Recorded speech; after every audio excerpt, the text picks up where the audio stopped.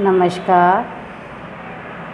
प्रेम विद्या मंदिर Hindi high school से मैं लीला मैम, कक्षा 8 हिंदी, पाठ 10 गुड मॉर्निंग या जय श्री कृष्ण बताऊँ। इनके लेखक है भोला भाई पटेल।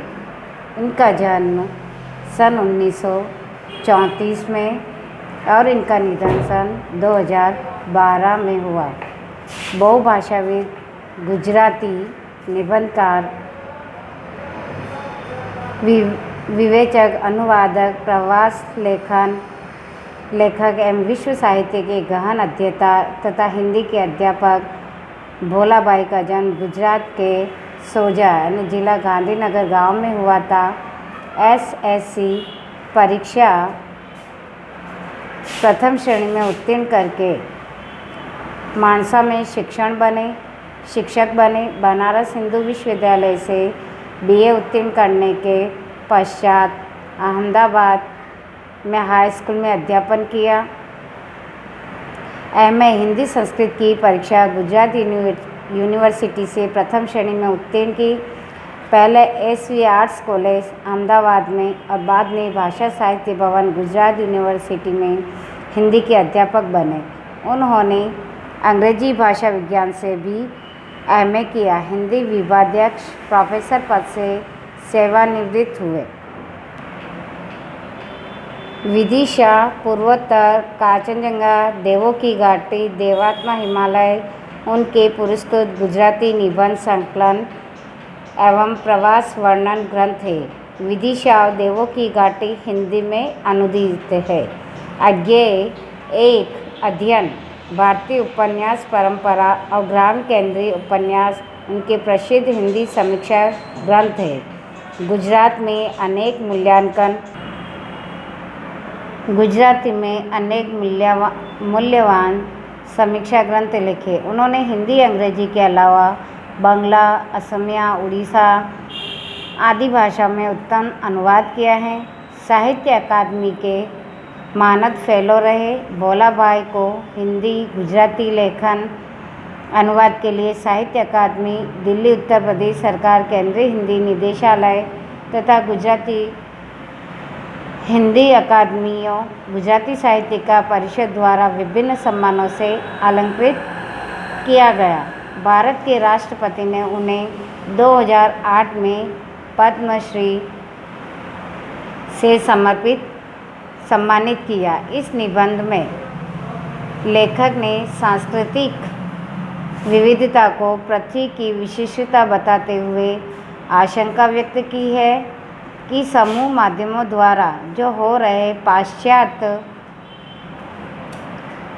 संस्कृति के आक्रमण से कहीं ये संस्कृतियाँ विलुप्त न हो जाए। निबंध का भारतीय पाठक भी इस चिंता में अपने आप को शामिल पाता है तथा अपनी सांस्कृतिक विरासत के संरक्षण प्रति जागरूक होता है। सभ्यता और संस्कृति यानी सिविलाइजेशन एंड कल्चर संज्ञाओं में किसी एक को छोड़कर दूसरे की व्याख्या करना संभव नहीं है। कभी कभी तो सभ्यता और संस्कृति पर्याय के रूप में भी प्रयोग होते हैं। फिलहाल इस क्षण तो लेखक इन दोनों संज्ञाओं की परिभाषा और दोनों में अंतर की मीमांसा करने की गंभीर जिम्मेदारी से मुक्त रहना चाहता है। सभ्यता कहे या संस्कृति, एक देश या एक प्रजा की निजी पहचान उसके द्वारा विकसित की गई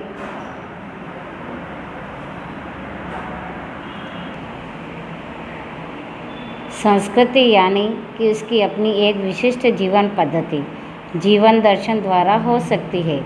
इस तरह भारतीय संस्कृति या चीनी संस्कृति अथवा जापानी संस्कृति ऐसा कहते हैं तब उस प्रजा या देश की कतिपय लाक्षणिकताओं का एक चित्र हमारे मन में उभरता है। यानी उनके जो भी उस संस्कृति के लक्षण हैं, के गुण हैं, वो हमारे एक चित्र के तरह हमारे मन में सामने आ जाता है। पूर्व की इस संस्कृतियों के विरोध में जब हम पाश्चात्य संस्कृति कहते हैं तब भी एक भिन्न तरह की जीवन पद्धति का बोध अभिप्रेत होता है।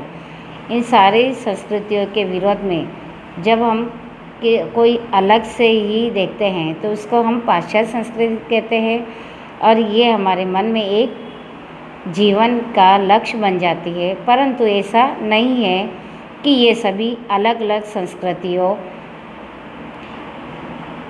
परस्पर अपृश्य रहकर खिली है, यानी एक दूसरे से अलग नहीं है, एक दूसरे से भिन्न नहीं है। ये एक दूसरे के संपर्क में ही, स्पर्श से ही रह रही है, अपितु परस्पर संपर्क, संघर्ष, समन्वय से बनती और बदलती रहती है। यानी ये संस्कृति एक दूसरे से संपर्क में भी रहती है, इनसे संघर्ष भी होता है, इनमें समन्वय यानी भावना भी, एकता की भावना भी, इन सब से मिलकर ही ये अलग से एक अपना रूप बदलती रहती है। पृथ्वी के ग्लोब पर दृष्टि डालें तो देखते हैं कि वह महाद्वीपों और राजनीति इकाई स्वरूप अनेक देशों में विभाजित है।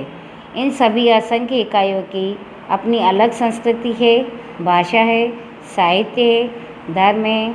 ऐसी विविधता पृथ्वी की विशिष्टता है। अगला पार्ट 2 हम बाद में समझाऊंगी। Thank you.